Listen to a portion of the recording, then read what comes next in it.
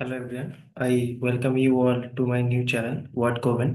तो देखिए, यहाँ पर जैसे आपको पता है हम लोग इंग्लिश लिटरेचर के बारे में पढ़ेंगे। कुछ भी इंग्लिश रिलेटेड, जैसे कि मान लीजिए अगर वो यूपीएससी का, जैसे आप लोग जानते हैं कि मैं यूपीएससी का पढ़ाता हूँ बेसिकली। तो उसके लिए अलग एक चैनल है, स्टडी विद सौरभ करके। शायद बहुत सारे लोग वहाँ पर जुड़े होंगे, और बाकी बहुत सारे इंस्टीट्यूशन में जहाँ पे मैं पढ़ाता था या अभी भी पढ़ाता हूँ, ठीक है, वहाँ पर भी बहुत लोग जुड़े हैं। तो वो लोग के लिए मैं, देखिए, ये इंग्लिश का जो है अलग से एक चैनल बना हूँ बेसिकली। ये जो लिटरेचर ऑप्शनल लेंगे, इंग्लिश लिटरेचर ऑप्शनल, अगर यूपीएससी या स्टेट पीसीएस के लिए, ठीक है, उनके लिए तो पढ़ूंगा। प्लस यूजीसी नेट जो एग्जाम होता है, ठीक है, उसके लिए भी पढ़ूंगा। तो आज जो मैं क्वेश्चंस लाया हूँ ये पर्टिकुलरली यूजीसी नेट के लिए है।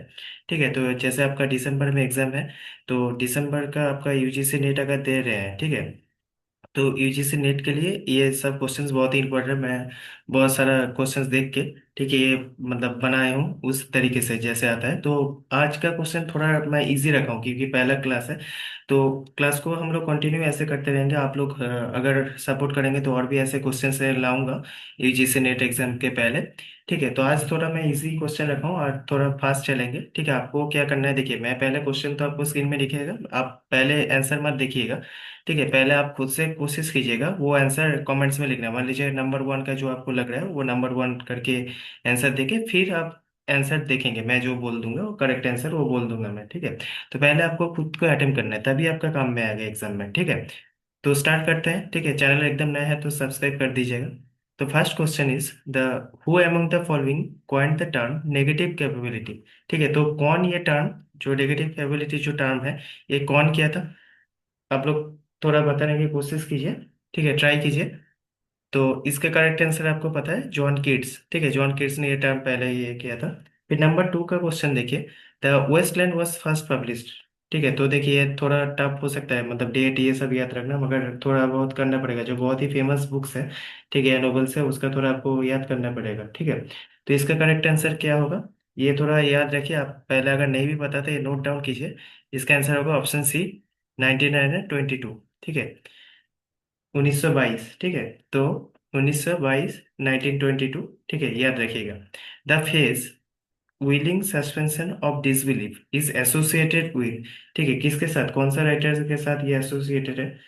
इसको भी ट्राई कीजिए। तो आपको ये आंसर पता होना चाहिए जो लोग यूजीसी नेट के लिए पढ़ रहे हैं। ठीक है, इसका करेक्ट आंसर है कोलरिज। ठीक है, option C is the correct answer, Coleridge. हम लोग थोड़ा फास्ट इसलिए चल रहे हैं क्योंकि बहुत सारे क्वेश्चंस डिस्कस करना है। ठीक है, ताकि एग्जाम के टाइम पे आप जल्दी ऐसे रिवाइज कर सकते, क्वेश्चन अटेम्प्ट कर सके। ठीक है, जब मैं कुछ एक्सप्लेन करूंगा उसमें टाइम लेके मैं एक्सप्लेन करता रहूंगा एक एक करके टॉपिक। ठीक है, तो नेक्स्ट क्वेश्चन देखिए, who wrote the way of the world. इसका आंसर दीजिए, कौन लिखा है way of the world? Answer पता है तो आंसर आप लोग कमेंट्स में, जैसे मैं बोला कि आप लोग देते रहेंगे। ठीक है, बिना आंसर देखे पहले आप खुद से कमेंट्स में आंसर लिखते रहेंगे। ठीक है, नंबर फोर बोलिए, कोशिश कीजिए। तो इसका करेक्ट आंसर कौन सा है? William Congreve. ठीक है, option B is the correct answer. फिर ये बहुत ही कॉमन क्वेश्चन है, शायद आप लोग सभी ने पढ़े हैं। The stream of consciousness, number five देखिए, the stream of consciousness technique was popularised by. कौन पॉपुलराइज किया था? ये बहुत ही इजी क्वेश्चन है, आप लोग को पता होना चाहिए। ठीक है, portrait of artist as an young man, वो शायद आप लोग पढ़े होंगे। ठीक है, स्ट्रीम ऑफ मतलब फ्री फ्लो ऑफ थॉट्स, ये शायद आप ऐसे करके भी पढ़े होंगे। स्ट्रीम ऑफ कॉन्शियसनेस, बोलिए आंसर क्या होगा, करेक्ट आंसर? तो correct answer is option C, James Joyce. ठीक है, याद रखिएगा, बहुत ही इंपॉर्टेंट क्वेश्चन है, बहुत बार पूछे जा चुके हैं ये। Which of the following, number six देखिए, which of the following is not, यहाँ पर नॉट बोला है, ध्यान रखिएगा, a work by Virginia Woolf. इसका आंसर कोशिश कीजिए नंबर सिक्स का। तो correct option is option number C, the Good Soldier. ठीक है, फिर नंबर सेवन में आइए, the Faerie Queene is an allegory celebrating.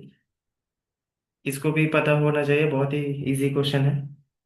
इसका करेक्ट आंसर क्या होगा? Queen Elizabeth the first. ठीक है, correct option is option C. फिर नेक्स्ट क्वेश्चन देखिए, art for art sake is the slogan of which movement. कौन सा मूवमेंट का ये था slogan, art for art sake? Number eight का बोलिए, इसका ऑप्शन कौन सा होगा, आर्ट फॉर आर्ट सेक? क्या लगता है आपको? आंसर आप लोग कोशिश कीजिए। इसका आंसर होगा ऑप्शन सी। ठीक है, एस्ट्रिज्म। फिर नंबर 9 बोलिए, who is the author of ऐसे ड्रामेटिक पोएसी। नंबर 9, इसका करेक्ट आंसर कौन सा होगा 9 का? John Dryden. ठीक है, तो एसे ऑफ ड्रामेटिक पोएसी ये जॉन ड्राइडन का। ठीक है, याद रखेंगे। नंबर 9। ऐसे 30 क्वेश्चंस हम लोग को डिस्कस करना है, जितना फास्ट हो सके, फास्ट रिवीजन के लिए। ठीक है, वेटिंग फॉर गोडॉट बिलोंग्स टू हुई जेनर, ये शायद सबको ही पता होगा। ठीक है, इसका क्या होगा? Theatre of absurd. ठीक है, याद रखिएगा, थिएटर ऑफ एब्सर्ड। ठीक है, तो ये देखिए, ग्राउंड एक रियलिटी मतलब सोसाइटी का होता है ना, आँख खुल जाना, कुछ कुछ ऐसा नोवेल, ऐसा बुक्स होते हैं, ड्रामा होता है, तो उस टाइप का है। ठीक है, मतलब हम लोग वेट तो कर रहे हैं कैसे, मतलब हम लोग कुछ एक्शंस नहीं रहे हैं। तो बहुत ही, मुझे तो बहुत ही अच्छा लगा ये। तो आप लोग भी अगर टाइम होगा ये पूरा, मतलब मैं बोलूँगा पूरा बुक थोड़ा पढ़िए। ठीक है, यहाँ पर तो मतलब बहुत सारे लोग कैसे, मतलब एग्जाम के पास करने के लिए पढ़ना अलग होता है, खुद से अगर पढ़ेंगे तो बहुत अच्छा लगेगा, देखिएगा। ठीक है, फिर नेक्स्ट क्वेश्चन देखिए 11 का, which word begins with call me Ishmael. ठीक है, इसका आंसर बोलिए। ये बहुत ही अच्छा क्वेश्चन है, कोशिश कीजिए। तो करेक्ट आंसर क्या होगा? Moby Dick. ठीक है, option B is the correct answer. फिर हु रोट ओरिएंटलिज्म, ओरिएंटलिज्म किसने लिखा है, किसी को पता है? तो करेक्ट आंसर होगा एडवर्ड सेड। ठीक है, ऑप्शन सी। आप लोग चाहे तो जो जो आंसर अगर नहीं कुछ कर पाए ना, मैं बोलूंगा उसका एक प्रॉपर तरीके से नोट बना लीजिए। ठीक है, मान लीजिए आप सिर्फ ऐसे लिखिए ओरिएंटलिज्म, फिर हाइफन देके एक लिख दीजिए एडवर्ड सेड। ठीक है, ऐसे करके नोट बनाते रह जाइए, तब हेल्पफुल होगा। ठीक है, सिर्फ देखने के बाद अगर भूल जा रहे हैं तो उससे कोई काम नहीं होगा। ठीक है, ऐसे करके देखते रहिए और थोड़ा नोट बनाइए। फिर number 13, in research method the term plagiarism. ठीक है, जो प्लेजरिज्म भी आप लोग प्रोनाउंस कर सकते हैं, रेफर्स टू, ये क्या रेफर करता है? आप लोग सभी जो लोग स्पेसिकली, जो आप लोग जानते हैं कि जो लोग रिसर्च में है। ठीक है, रिसर्च में जो है वो लोग ये मतलब ये जो टर्म बहुत बार सुने होंगे। तो इसका क्या होगा आंसर? ये टर्म कौन सा, क्या रेफर करते हैं? ये इसका होगा presenting others work as one is own. ठीक है, आप जैसे जहाँ पर देखिएगा बहुत सारे प्रेजलिज्म चेक, अभी तो सॉफ्टवेयर ऐसे आ गया है, तो वहाँ पर क्या होता है, आप वहाँ पर चेक होता है कि आप मान लीजिए कहीं पर एआई टूल यूज करें, कुछ ऐसे यूज करके आप लिख लिए, तो वहाँ पर चेक करके आप लोग का, अगर किसी और का मान लीजिए नेट से कुछ ऐसे करके कॉपी पेस्ट कर दिया, तो वो चेक होता है। बेसिक ये कॉन्सेप्ट आपको पता होगा। ठीक है, फिर next question, who among the following is a metaphysical poet. ठीक है, यहाँ पर से जो ऑप्शन है, एंड्रयू जैसे मार्वेल है, William Blake, John Keats, Robert browning, कौन कौन है मेटाफिजिकल पोएट, कौन है? यहाँ पर आपको ऑप्शन में बताना है। तो करेक्ट ऑप्शन है ऑब्वियसली, ठीक है, एंड्रू मार्वेल। शायद बहुत सारा टू इज मिस्ट्रेस बहुत सारे लोगों ने पढ़ा है। ठीक है, तो ये सब क्वेश्चन में गलत, मतलब गलती नहीं होना चाहिए। ठीक है, फिर नंबर 15 में आइए, the second sex was written by, कौन लिखा था सेकेंड सेक्स? ठीक है, बहुत ही इजी क्वेश्चन है ये भी। ठीक है, तो इसका आंसर होगा साइमन दी बेबियोड। ठीक है, ऑप्शन है इज द करेक्ट आंसर। फिर number 16, the Great Gatsby is a set of which decade. ठीक है, कौन सा डिकेड का ये थोड़ा टफ लग सकता है। ठीक है, डेट मतलब थोड़ा साल आपको याद रखना पड़ेगा। ये कुछ कुछ इंपॉर्टेंस का जैसे मैं बोला, तो ये अगर मतलब अभी पता नहीं है तो याद कर लीजिएगा, 1920s में ये हुआ था। ठीक है, फिर next question, which poem by Tennyson deals with the Arthurian legend. ठीक है, ये आपको बोलना है। ये थोड़ा टफ बहुत सारे लोगों को लग सकता है, मगर ये याद रखिएगा, इसका आंसर होगा ऑप्शन सी। ठीक है, द लेडी ऑफ सैलेड।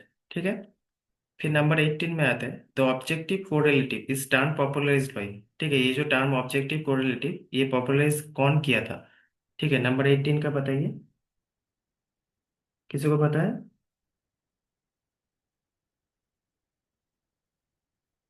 इसका करेक्ट आंसर क्या होगा? इसका करेक्ट आंसर होगा ऑप्शन बी।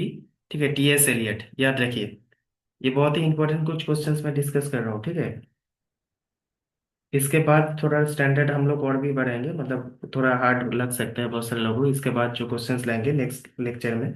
ठीक है, और कौन सा टॉपिक आपको ऐसे भी बोलिए, अगर मास्टर स्टूडेंट है, इंग्लिश को लेके मास्टर्स पढ़ रहे हैं इग्नू से या कोई भी यूनिवर्सिटी से, आपको कौन सा टॉपिक ठीक है पढ़ना है, जैसे इग्नू का भी दिसंबर में एग्जाम है, तो कौन कौन सा आपको, जैसे प्रीवियस ईयर का कुछ क्वेश्चंस होगा, कौन कौन सा आप डिस्कस करना चाहते हैं या नोट्स चाहते हैं, ठीक है, वो आप मुझे बता सकते हैं। तो जैसे मैं बोल रहा हूँ यहाँ पर, जो आप लोग को पता होगा नोट्स जो है ना, द वाट कोफन करके .wordpress.com पर अगर करेंगे तो इसका नोट्स मिल जाएगा। इवन मैं वीडियो के एकदम कमेंट सेक्शन में, डिस्क्रिप्शन में भी मैं जो मतलब ब्लॉग लिंक है वो आपको मतलब भेज दूंगा, मतलब डाल दूंगा वहाँ पर। तो आप लोग वहाँ से ब्लॉग से जो मतलब टॉपिक्स वो पढ़ सकते हैं, ठीक है, नोट्स यहाँ का मिल जाएगा बहुत सारा, ठीक है, वो भी आप लोग कर सकते हैं। तो नंबर 19 में आता है, which Indian English novelist road the guide. ये तो बहुत ही इजी है, ठीक है, द गाइड हम लोग मतलब सभी शायद पढ़े भी होंगे, हम लोग जब तो चाइल्डहुड में हम लोग जब अगर अब नॉवेल्स ये सब स्टोरी बुक्स पढ़ना अच्छा लगता था, ये तो शायद सभी पढ़े हैं, तो ऑब्वियसली आंसर होगा आर के नारायण, ठीक है।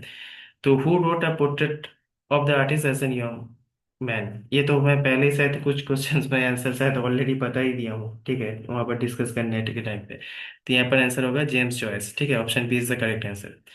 फिर है, new historicism is primary associated with, ठीक है, किसके साथ एसोसिएट है, ये थोड़ा आपको टफ लग सकता है, कोशिश कीजिए आंसर, ठीक है, तो इसका आंसर क्या होगा, स्टिकन ग्रीनबर्ग, ठीक है, option A is the correct answer.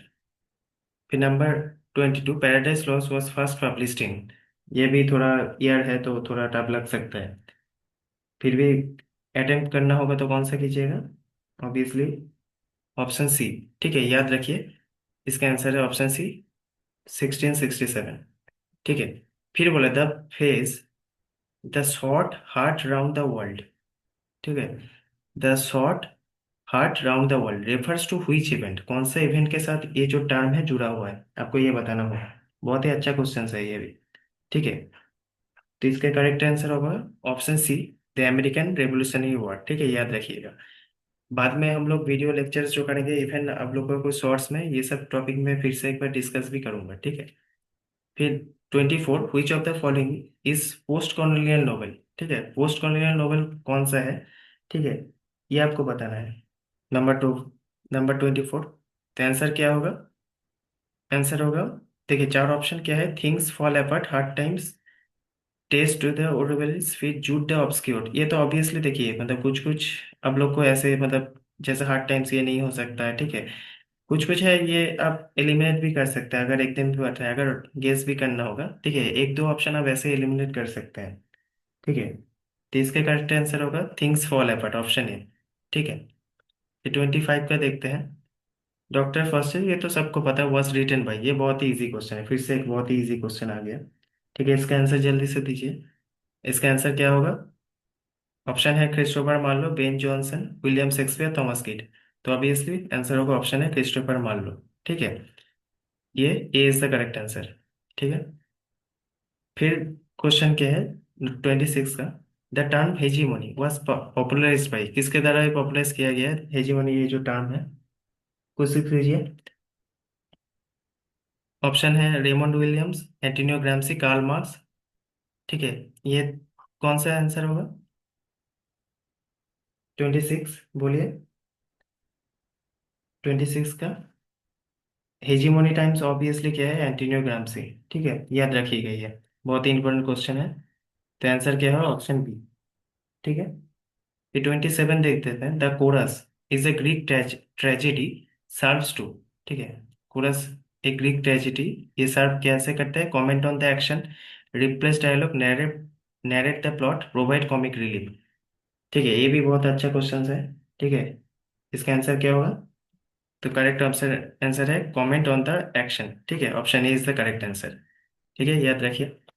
देख लेते हैं 28 का, विच of the following is not a novel by Charles Dickens, Charles Dickens का आपका बोला है नॉट ए नोवेल, कौन सा नोवेल यहाँ पर चार्ल्स डिकेंस का नहीं है वो बताना है।